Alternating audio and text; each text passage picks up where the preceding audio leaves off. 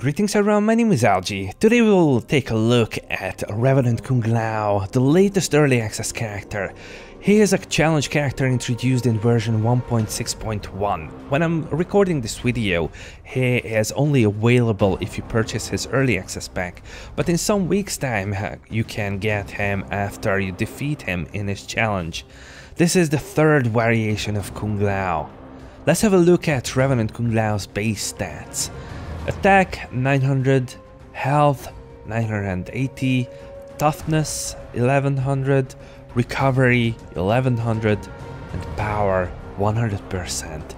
If you compare the stats with the previous Kung Lao characters, then we will see that his stats are higher than hat-trick Kung Lao's. On the other hand, his attack and health are lower than Shaolin Master Kung Lao's. His toughness is the highest compared to the others. Just like all the other Revenant characters, he is a NetherRealm class character. The previous Kung Lao characters were martial artists. His passive is called NetherRealm Power. All NetherRealm teammates start with +1 bar of power.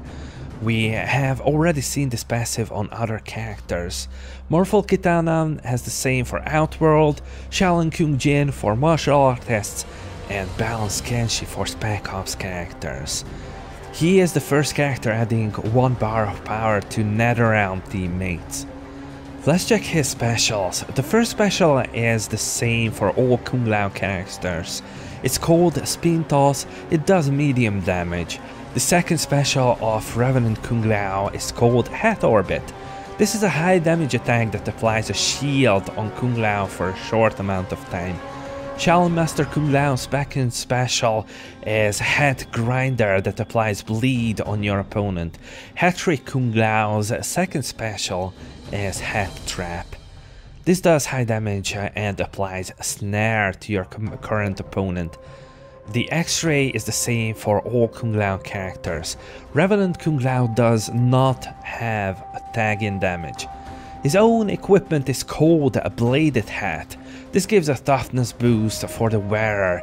If it is worn by Kung Lao, then it will have a first special damage boost. After fusing it 10 times, it will give a 25% chance to reflect 100% basic attack when blocking. At the time when hat-trick Kung Lao was released, this was an easy choice, but in Revenant Kung Lao's case, it is not that obvious because his base toughness is really high. If you like to use his first special, then it is a good choice because of the Kung Lao specific characteristics. But how is he performing compared to other characters? I'm relying on a document shared by the Mortal Kombat X mobile Facebook community. You can find the link to the document in the description down below. The list contains 43 gold characters. At the time when the video was made, he was not in the list. His attack currently is the 23rd. It's at the same level as Thunder God Raiden and Grandmaster Sub-Zero. His health is the 10th, shared with Revenant Jax.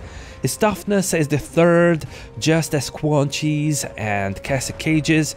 His strongest attribute is his recovery. He is on the first place alongside Shaolin Master Kung Lao, Master of Souls Ermac, and Assassin Kitana. From this information we can see that his health and toughness is relatively high. His attack is mediocre. Let's try to build a team for him. Based on his passive, he is designed to be in a NetherRealm team.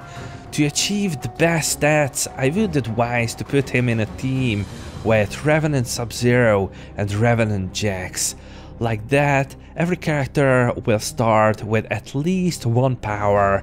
All of them will gain 45% health and 36% basic attack damage. You could decide to use him as a support character for other NetherRealm characters. Today we have 9 other NetherRealm characters in the game. All of them would benefit from his passive. I would like to ask you guys to give some tips to me and each other in the comment section down below about the team setups. What would be your recommendation for Revenant Kung Lao? There is one more thing we have not discussed till now, and that is the price.